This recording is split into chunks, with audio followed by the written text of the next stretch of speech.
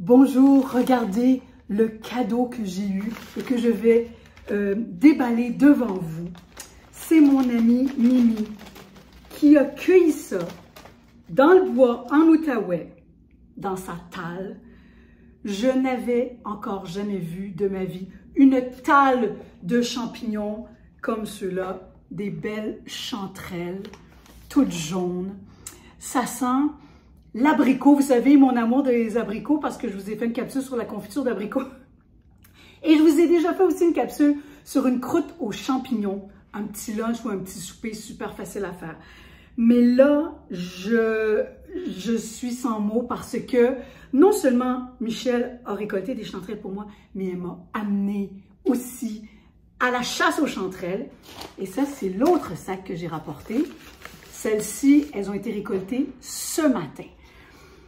Je voulais vous montrer ces deux sacs-là, en fait, pour vous expliquer que les champignons, la meilleure façon de les conserver au réfrigérateur, c'est dans un sac de papier. Pourquoi? Parce que les champignons vont tout simplement se déshydrater très doucement. Et donc, ce conseil, ça vaut quand on a la chance d'avoir des champignons sauvages, mais ça vaut aussi pour les petites barquettes de champignons qu'on achète à l'épicerie et qui sont recouvertes d'une pellicule plastique. Vous devez absolument percer cette pellicule à plusieurs endroits, OK? Encore mieux, moi, j'enlève la pellicule plastique et je les mets comme ça tout simplement dans mon tiroir au réfrigérateur.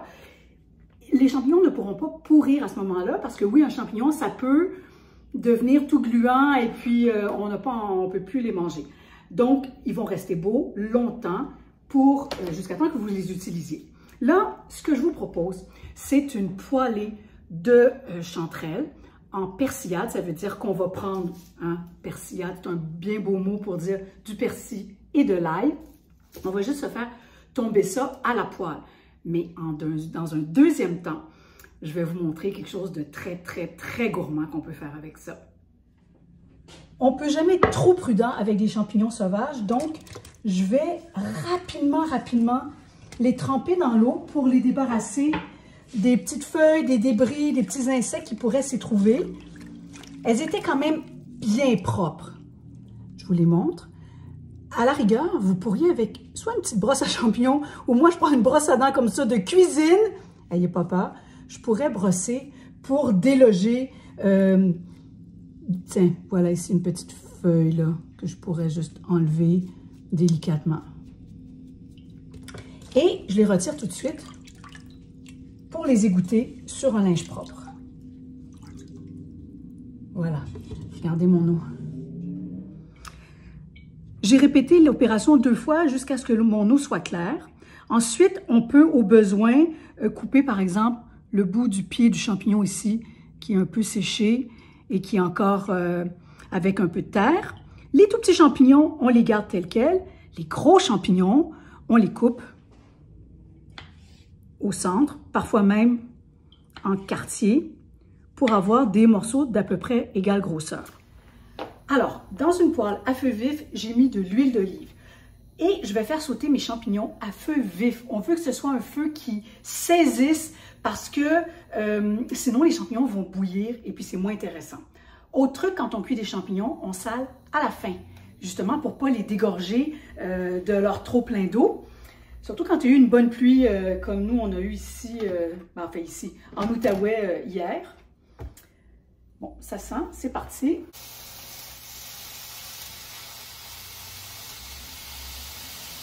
On ne veut pas surcharger la poêle non plus. Bon, on les ajoute. Un conseil encore. Évitez de passer votre temps à bouger les champignons dans la poêle. D'accord? C'est les chefs qui m'ont appris ça. C'est comme une espèce de tic qu'on a quand on n'est pas un professionnel de la casserole et on passe notre temps à remuer dans la poêle. Non, non, non, non. On veut que le champignon adhère, qu'il y ait une belle coloration. Alors, on se calme la spatule. Vous voyez que les champignons rentrent quand même passablement d'eau. Alors, avant de les bouger, avant de les tourner, je vais attendre qu'il y ait une partie de cette eau qui s'évapore. Ah! Quand ça commence à attacher, là, c'est temps de leur donner un petit coup de champignons sautés. Et je vais aussi ajouter mon ail. J'ai utilisé seulement la moitié d'une gousse pour cette quantité-là de champignons parce que finalement, il n'y en a pas tant que ça. Je ne veux pas noyer mes champignons sous une tonne d'ail et je l'ai haché également au couteau parce que je trouve que c'est beaucoup moins fort que quand on le met dans le presseur. Allez hop! J'attends que ça embaume un petit peu. Ensuite, je vais ajouter mon persil. Et la première étape est complétée. On pourrait manger ça tel quel. On pourrait manger, c'est un délice absolument incroyable, sur une tranche de pain grillé. On pourrait aussi l'accompagner avec une petite escalope de veau, avec une viande, une volaille. En fait, ça va avec tout. Ça va très bien aussi avec les œufs dans une omelette. Ce serait absolument délicieux. Mais moi, je vais vous proposer de jeter ça ensuite sur une pâte.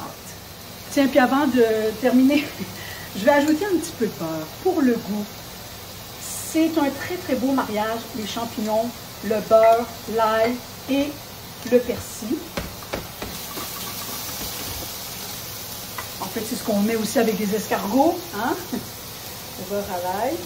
Bon, on a assez. Pendant ce temps-là, je vais cuire des tagliatelles fraîches. Attendez, je vous les montre. C'est mon fils Étienne qui me les a fait. Et on a une capsule d'ailleurs sur Signé Gourmand, comment faire des pâtes fraîches maison. Alors, on va se faire des tagliatelles avec une belle poêlée de chanterelle. Mes pâtes sont en train de finir de cuire. C'est vraiment pas long, des pâtes fraîches. Moi, je vais bonifier cette poêlée-là, comme si c'était possible, en ajoutant vraiment quelques gouttes de jus de citron. Ça pourrait être quelques gouttes de vin blanc aussi, juste pour le petit kick, la petite pointe d'acidité. Puis gardons ça. J'avais de la crème dans le frigo. Hein? Donc, on va se faire une petite sauce.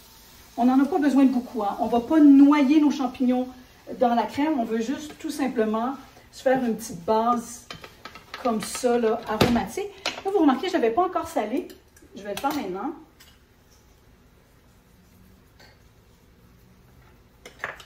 Puis, du poivre. Et là, j'aurais même pas besoin d'égoutter mes tagliatelles. Je vais les mettre en fait directement dans ma poêlée pour finir leur cuisson. Oui, parfait. Oui, oui, on a compris. Merci. Merci, Étienne. T'en auras pas, c'est pour papa et moi. Prochaine fois.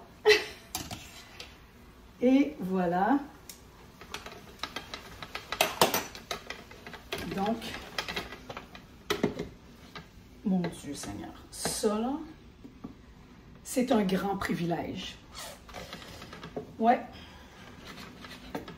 Mais vous pourriez tout aussi bien faire avec des beaux champignons de votre choix, même un mélange, ce serait super, super bon. Regardez ça. Est-ce qu'il y a ma fourchette?